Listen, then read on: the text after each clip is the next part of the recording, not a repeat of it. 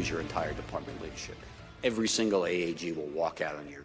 Your entire department leadership will walk out within hours. And I don't know what happens after that. And I said, Mr. President, within 24, 48, 72 hours, you could have hundreds and hundreds of resignations of the leadership of your entire Justice Department because of your actions. What's that going to say about you?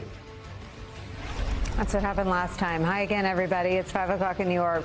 That's what happened when Donald Trump wanted to install coup enthusiast Jeffrey Clark at the top of DOJ last time he was president. That conversation, as told under oath, is what ensued. Our institutions and those who worked in them were able to prevent Donald Trump from following through with what he wanted to do, which was driven by his worst impulses. But now, with Trump set to return to the White House to be our president again, the open question being watched the world over is, will that be the case again? Will one man threaten that, quote, the entire department leadership and hundreds of others will walk out? Will he be restrained by anyone like that? Will he abide by the rule of law and people like Mr. Donahue, who were more committed to upholding the rule of law than Donald Trump?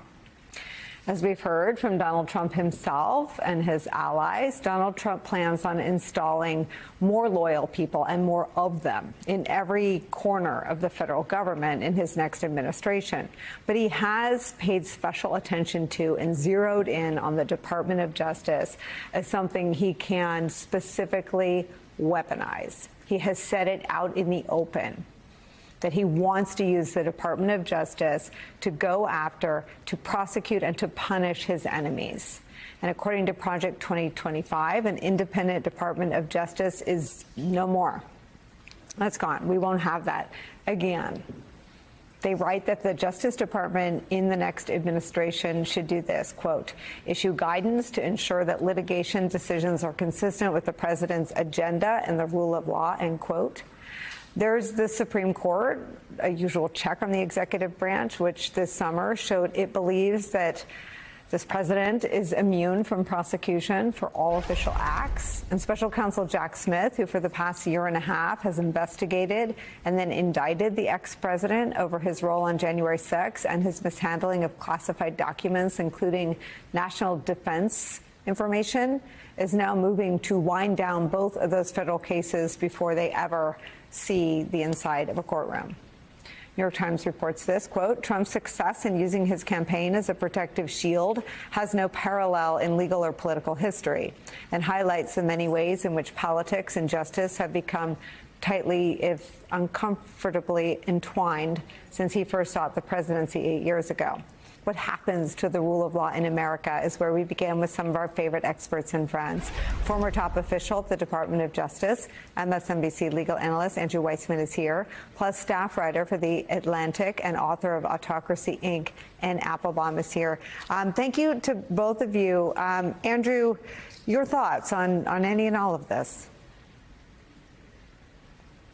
Well, I think that you are absolutely right to highlight this. We do have what happened in the first presidency in terms of the rule of law, and I think there's no reason to think that it's going to be any better.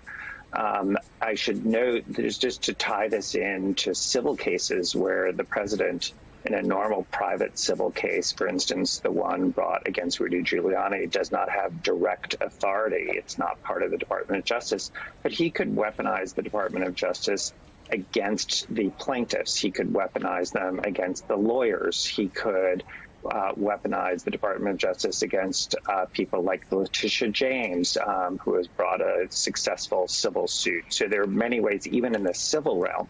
But in the criminal realm, we're already seeing it with this idea of a drumbeat of going after people like Liz Cheney, where there's no factual predicate for it, but the White House does have control over the Department of Justice. I should note, though, on the good news side, is that at the end of the day, grand juries are involved, judges are involved. And when I think about the sort of threats about Liz Cheney, in many ways, I think, you know what? Does Donald Trump really want a case involving January 6th in a criminal courtroom? I mean, he's been fighting that for years. And going after Liz Cheney is only going to result in the revelation of damning facts. So some of this, I think, is something to really worry about, and some of this is something that may be saber-rattling with the idea of using it for fear so that people toe the line and don't raise objections and aren't as vocal and exercising their First Amendment rights in the way that they should be. Andrew Weissmann, I'm going to ask you some questions that put you on the spot. So if you don't want to answer them, I will understand. Donald Trump has never gotten over the cloud that hung over his presidency because of the Mueller investigation. And that was put in motion by serious questions of a Russian attack on the 2016 election. The original concerns were whether the Trump campaign wittingly or unwittingly. There was a presumption that maybe they didn't even know about it. When those were investigated, everyone that touched that was fired, smeared, and or some combination of both. Some of them were audited aggressively by the IRS. They include people you know well, Jim Comey, Andrew McCabe, Pete Struggley. I mean, the list is lengthy. None of that will happen. If there's a question about something that a foreign adversary does and it touches Donald Trump, there's no mechanism to investigate him if he controls the Department of Justice and the FBI. Donald Trump will probably never be impeached again. The Republicans, at least for the first 2 years, control everything. And the Supreme Court has given him absolute immunity. With that articulated, let me just play what he said he plans to do with all that power. What they've done is they've released the genie out of the box. You know, when you're president and you've done a good job and you're popular, you don't go after them so you can win an election. They've done indictments in order to win an election. They call it weaponization. And the people aren't going to stand for it. But yeah, they have done something that allows the next party. I mean, if I happen to be president and I see somebody who's doing well and beating me very badly, I say, go down and indict them. Mostly that would be, they would be out of business. They'd be out. They'd be out of the election. So it's a little incoherent, but saying out loud that he plans to use the department as he sees fit to go out and get them. What should the country be prepared for, and what, if anything, should DOJ be prepared to be asked to do at his direction? Well, first of all, for the people at the Department of Justice, their oath of office is going to be what has to guide them.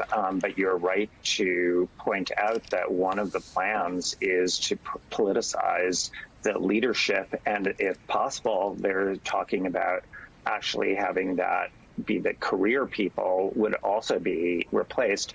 And so that you won't have the people who will simply refuse to take action based on their oath of office, as we saw in connection with the effort to overthrow the will of the people that culminated in January 6th. I think one of the mistakes that people could make from this election, even with the results in terms of what's happened in Congress and the presidency, is for the people taking power to think that it's a mandate for the policies that they're advocating. And they really is, I think, a risk of them going way too far and overreading the results of what happened. You can see that, for instance, just in terms of reproductive rights. But I think it's probably true in other ways where you could end up with the incoming administration really going down the autocratic route that Anne has written about so cogently, and alienating many of the people who were voting for Trump for other reasons, but were not actually embodying his policies. And with the Department of Justice, it may not be the top of everyone's mind. Obviously, for people like me, for lawyers, for people who've been in the department, I view it as a cornerstone of our democracy, and as something that autocratic regimes, it's one of the first things that you go after to be able to take sort of, exclusive and reclusive authority and to chill any sort of opposition to what you're doing. But I do think there really is a heightened risk here in overreading the results of the election.